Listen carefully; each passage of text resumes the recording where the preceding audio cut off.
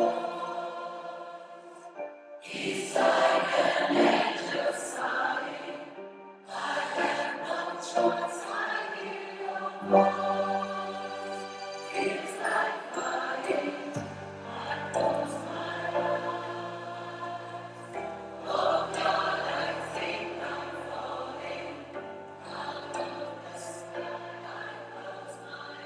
my name is Talia, and I'm originally from Amsterdam, but I live in London now.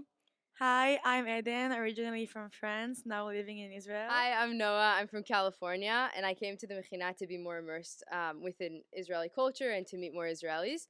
And I think as a result of the 7th of October, I really saw how united we are as a country. On the 8th, every single person was out looking for ways to volunteer and to help the situation. Hi, my name is Ariel.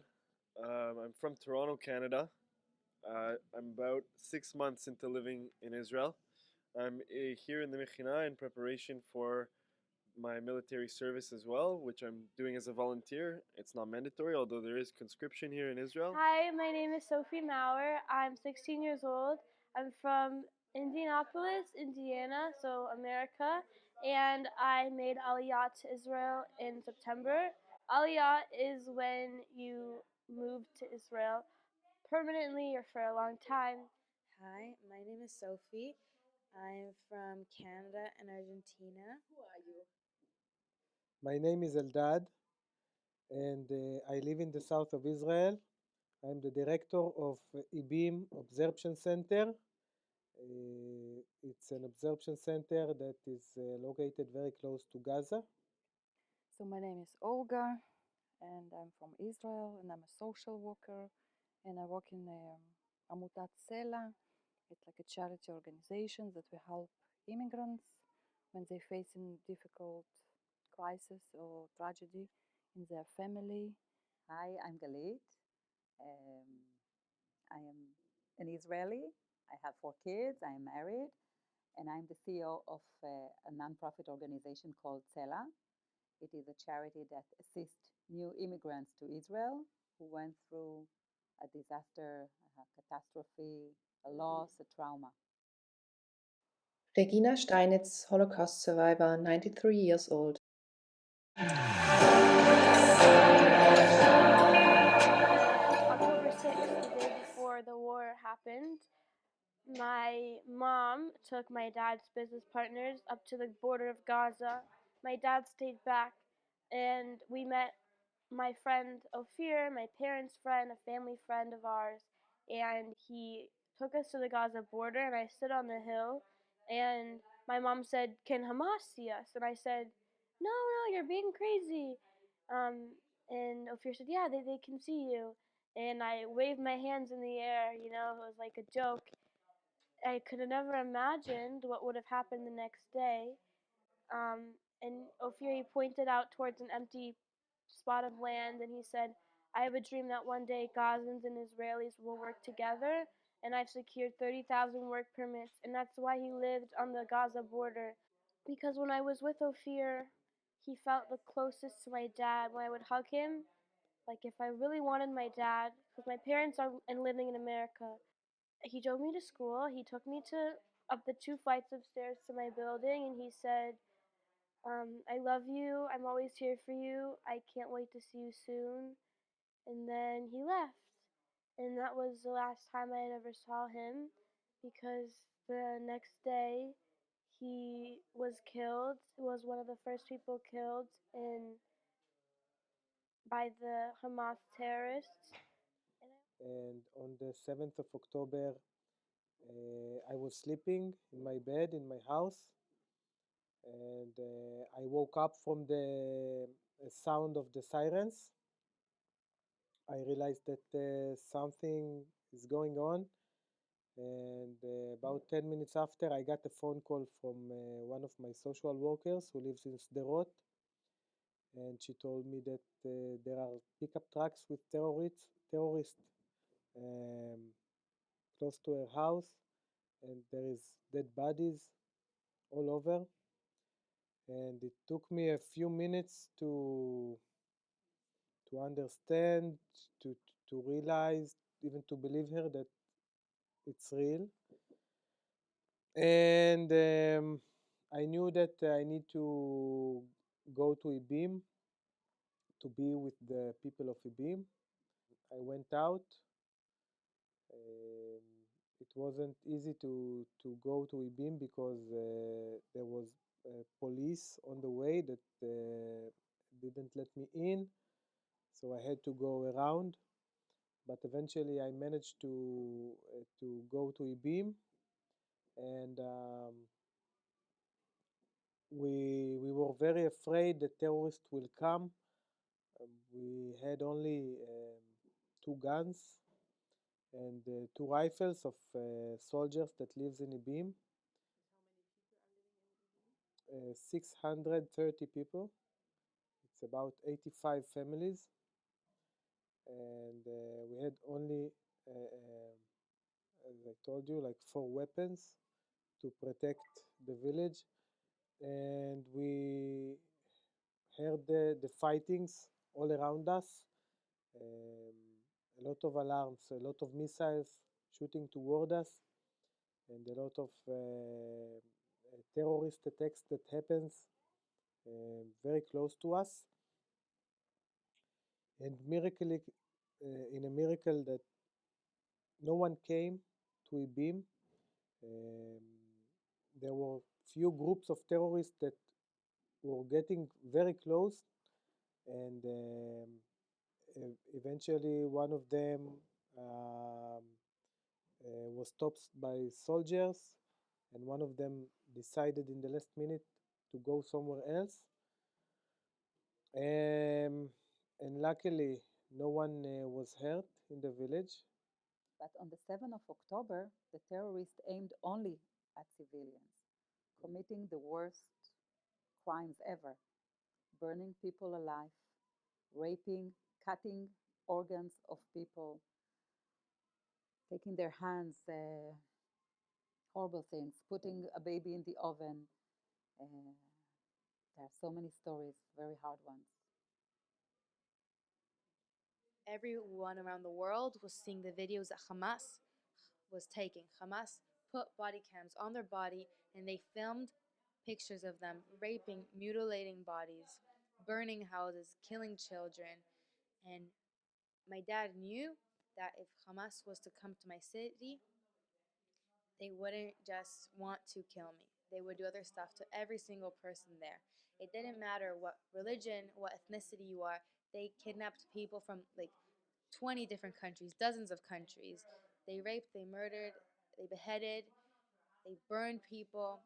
These are not lies. This is not AI. They are the ones that publish the videos. But still, we're facing every day we have soldiers killed. Every day we have people impacted by different events, by sirens, by bomb explosions. So we're still facing this now. It's not the end of it. So that's unfortunately Der 7. Oktober, der war kein Krieg. Der war ein Überfall, ein brutaler Überfall über unschuldige Menschen in ihren eigenen Heimen. Unerwartet wurden sie überfallen, gemordet, missbraucht, sexuell, geraubt, übergeschleppt. Und wenn man Kindern, seinen Eltern entreißt, das nenne ich Shoah. Das ist und bleibt ein Zeichen, wenn man Familien zerstört, menschliches Glück zerstört, das ist Shoah.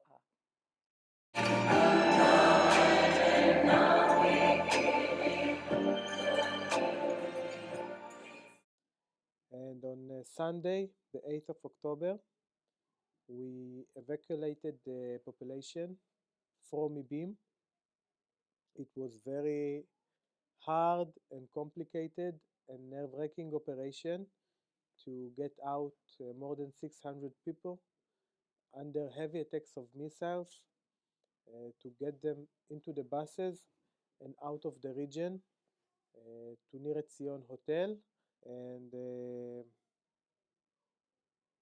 I don't take for granted the meaning of our life here in Israel. But for 9-year-old, it's quite difficult because she understands more. She's asking questions. She can read. She can check on the internet whatever she wants. So she's like more, but she still doesn't understand everything because like 9, she doesn't know the history. She doesn't know politics. So it's kind of hard. So she's mostly facing the death and bad stuff that happens and the children were not safe, like this type of concept. Because quite a few children were kidnapped and they still in like in Gaza and like we have quite a few children who not home back yet, so which is really sad. And so she's asking questions: what those children eating, how they doing there, what they do, they have anything to play with, and we don't have answers, and it's really hard because some of the children who did come back, they share very terrible stories. They didn't have food. They were just supposed to sit and quiet, and I mean all different. So, following the October 7th attacks, I flew home to be with my family. And while I was at home, there was a very alarming rise of anti Semitism and really horrible things happening in my hometown. Synagogues were being attacked, there were bomb threats. My high school, which is a Hebrew day school that I attended, was threatened many, many times, and it became a very scary situation there. And here in Israel, I'm surrounded by people who like me and people that are like me, and I feel safe here rather than abroad. Nowadays, we are very busy because of the war. Many new immigrants were hit by the war, either murder, either kidnapped, or even survivor that now need to deal with their trauma. And people that also suffer from anxiety, that are afraid to go out of their homes, we assist them. We pay condolences visit, we hug them, we try to be there with them in their grief and sorrow and trying to adopt some kind of new life and routine. So those children, they can sleep. Like what I see, many children experience. They can sleep. They worry. They don't eat. They afraid. They don't go out. They kind of became more kind of close because their normal activities interrupted. So it's not like a normal life when you, because all the schools were cancelled, everything was closed in the beginning. So children needed to be remotely schooled, and not all of them capable of it. I mean, the families, they were not organized well. To nobody was prepared, so nobody knew. So for a couple of weeks, some children were totally disconnected from schools. So all the routines were interrupted, and it has changed people's life as well. Unfortunately, it's sad that we still, in 2024, we have to think about safety, that there will be no bombs on the around, that we have to go to shelters, we have to think about some steps that we have to take once we hear sirens or whatnot. Nowadays, our life is also like in a big tornado. We're afraid, we're anxious. We still don't really understand what happened on the 7th of October. It's a national disaster, it's a trauma, it's a cruelness action that we never saw before. More and more stories are being revealed. We thought we heard everything. Since the Holocaust, we never experienced such a. Now, when I talk to my other friends who are Jewish, who went to non Jewish schools, they lost every single one of their friends. They were getting harassed. I remember they made this giant image on the whiteboard and said genocide with bloody letters, and they were pointing at my friend. My friend could not go to school anymore. There was also a day of death, basically, for all Jews around the world. My brother didn't go to school. It was very unsafe, and there's protests every day. The protests they do for the pro-Palestinian protests, a lot of them are very physical, and they end up hurting. They assault people. There was a man that got killed with a megaphone. There were rabbis that got stabbed and killed all around the world. This is happening. I could not talk about Israel. I could not talk about my religion outside. I was scared. When my friends would call me, I would tell them to use different words, different countries, because I was scared that I would get assaulted or something would happen to me because I knew people that it happened to.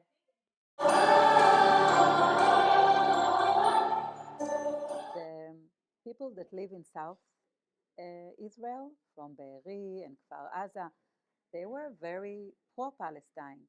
Whenever they were standing kites with the fire, they sent kites of peace with the nice notes. They were transporting people to receive medical assistance in Israel. They don't have to, but they did it. They were doing their best to pay for salaries from people from Gaza, from the other side, to do a mutual project of art. And unfortunately, everything collapsed in our face. But when you go back and you see what their leaders are saying or what their doctrines is saying, they want to destroy and kill as many Jews as possible. So I can honestly say, really, that there are so many organizations in Israel that help Azan civilians. Personally, I know a charity that operated more than 3,500 children from Gaza and from the West Bank and saved their lives and gave them a heart surgery. Without this heart surgery, they would have been died. And I'm wondering, where are they now and why aren't they helping to release hostages that are innocent civilians? They are not people who committed crime. I feel very sorry for innocent people who are getting hurt also on the other side, Gaza side, of course. The problem is that Hamas built all those tunnels with weapons, with violence, with terrorists under their homes, under hospitals, under schools. There aren't many homes without weapon. And I don't know any other army that before they are bombing, they are saying to the civilians, please go out of your house, go to a safer place, because we are going to fight against terrorists. So, of course, if you hear only part of the story and you think, oh, somebody is bombing civilians, so this is not the case. Our army does not target at civilians, only at terrorists. And Hamas also teaches the kids there with books that Hitler wrote. Hamas teaches kids to hate, to kill. Instead of going to summer camp, they give them guns and they teach them how to use it and how to kill Israelis. When Israelis are killed, they give the children candies and they put fireworks or gunshots up in the air because they're taught to celebrate this. They can't have free speech. They can't protest against the Hamas government or else they get jailed for years. There's no free speech, free rights, free movements in Gaza. Gaza was giving billions and billions of dollars, and those billions and billions of dollars are right now in Qatar with the head of the Hamas government. The EU gave them hundreds of millions of dollars that was used to bomb Israel, not to build water pipes and to give them fresh and clean water as all the civilians there deserve. I wish for all the pain and suffering to stop on both sides of the equation. Oder mein größter Wunsch ist, dass die Menschheit gleichwertig sich gegenseitig respektieren, lieben, miteinander kommunizieren. Es gehört dazu, dass ein Mensch den anderen versteht. Ich bin dafür, dass man in den Schulen mehr lehrt. Soziologie, Psychologie, Anthropologie und Kommunikation lernen, damit der Mensch sich selbst versteht. Wenn er sich selbst versteht, versteht er auch den anderen. Verstehen, dass das Fremde, das man nicht versteht, wichtig ist, dass man es lernt zu verstehen. Und das Gemeinsame, das man hat und versteht zusammen, zum Ausdruck bringt miteinander auf den verschiedenen Gebieten des Lebens. That after everything will end, we'll have many years of peace, and that my kids won't have to go to the army and they won't have to fight and to be in a war. My wishes for the future is to live here in peace, together, united, Arabs, Israelis, everyone together, just in peace, and to have like a good life. No like hate, and just love and peace, and just have a good time, because this is the best country in the world, and we just want to have fun here with everyone. So yeah. I wish for us to be able to achieve a quiet and peaceful situation here and to just live here without war for a change. I'm wishing for peace on all sides, both in Israel and outside of Israel, for Jews, for Christians, for Arabs, for Muslims, for everyone. And it was important for me to make this video because being European, it's very important for me that Europe is also a safe place for Jews to live. And I don't think it only has to be in Israel where we as Jews are comfortable. And I hope this video finds you out and you can get a better understanding of who we are and why we're here.